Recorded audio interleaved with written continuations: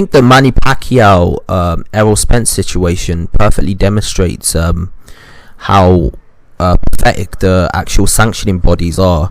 In this case, if you look at the WBA, UGAS before was gonna actually fight Errol Spence for his WBA championship. So at the time, UGAS was crowned the WBA regular champion, and Manny Pacquiao was still in possession of the WBA super title.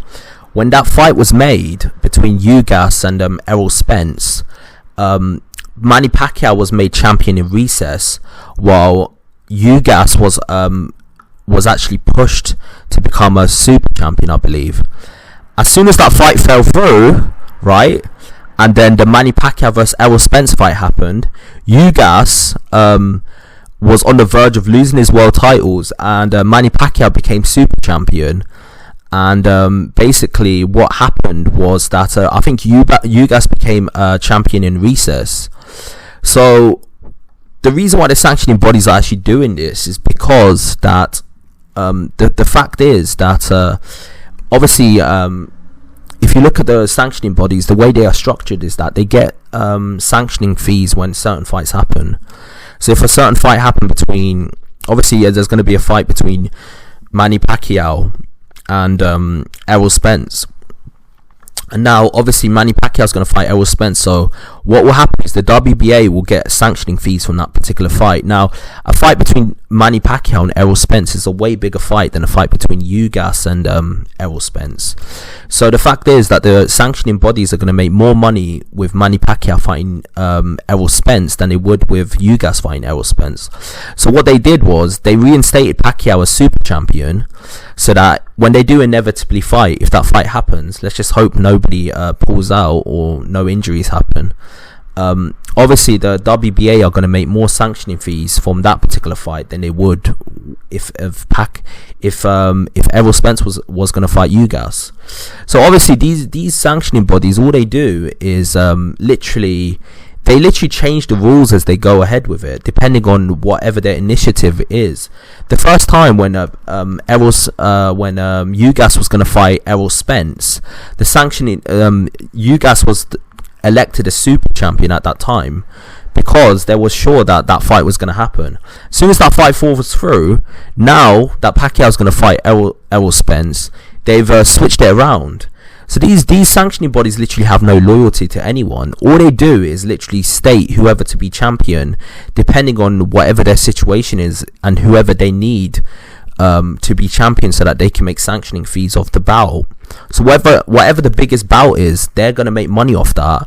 So the most amount of money they can make, that's the fight that they're going to choose for that particular fight to be champion, so that they can make the sanctioning fees off it.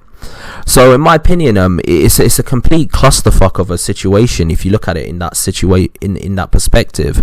The championship, who's the real champion then? Is it Pacquiao or is it UGAS?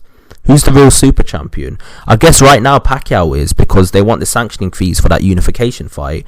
But let's just say hypothetically Pacquiao pulls out because of injury he picks up in training. Then what's going to happen? Obviously, UGAS, let's just say hypothetically, UGAS gets reinstated for that fight with Errol Spence. What now? Are they going to switch it around now and make UGAS super champion so they can get the sanctioning fees for that fight? It's absolutely ridiculous. And I feel like UGAS has been screwed about a little bit. But in my opinion, UGAS has got something going for him in this particular situation. In this situation, I think he's in the co-main event for this particular fight. And apparently the WBA have paid him some nice money to make up for what they've been doing. So to some extent, it has worked out in UGAS's favour. But it just shows the hypocrisy of the sanctioning bodies, that they're willing to state anyone to be champion, depending on basically who's going to make them the most amount of money. So obviously an Errol Spence vs Pacquiao fight, that's going to make probably millions of pounds in revenue in terms of pay-per-view revenue. Now the way it works is that I think I don't know about the procedures and the regulation, but I think the WBA, they get a percentage of a purse or something of the sort. So obviously if Pacquiao is going to earn millions from a pay-per-view, they're going to make more from the sanctioning fees for that particular bout than they would be if an Errol Spence versus Ugas fight happens, because that's not a big enough fight to go on pay-per-view.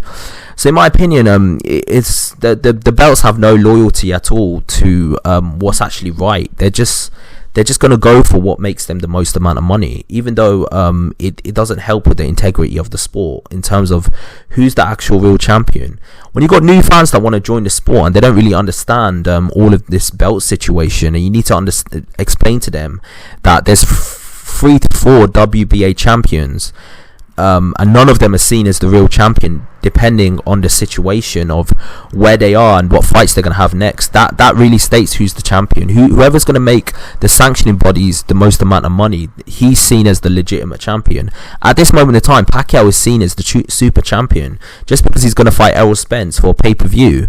And Ugas, who a couple of months before was seen as the super champion because he was going to fight Errol Spence, is no longer seen as the super champion and was on the verge of losing his belt because of that particular fight falling through. So these politics and power plays that's actually going on with the sanctioning bodies is destroying the sport. The sport doesn't have no more authenticity and legitimacy or credibility to its name because there's all these belts, and on top of that, like champions are getting reinstated and depromoted depending on the whims of the sanctioning bodies, depending on whatever fight is going to make them the most amount of money. So this stuff has to stop. If the sport's going to remain on top in any capacity, there has to be some more uniformity between the sanctioning bodies. But anyway, that's just my opinion on this particular situation. What's your opinion? Obviously, I'm looking forward to the Errol Spence versus Pacquiao fights, but at this point in time, I don't really look at the belts as anything special. They're just, in my opinion, they're almost like participation trophies. Whoever gets the most amount of money, whoever got the most amount of clout, they're probably going to become world champions, because it's going to help the sanctioning bodies make money off the sanctioning fees from their bouts, because they're already making a lot of money anyway from that particular boxer's making a lot of money anyway. So anyway, that's my opinion. Tell me your opinion, and what do you think can happen with this entire belt situation? Like and subscribe to this channel. I've got a lot more content coming your way. Peace out.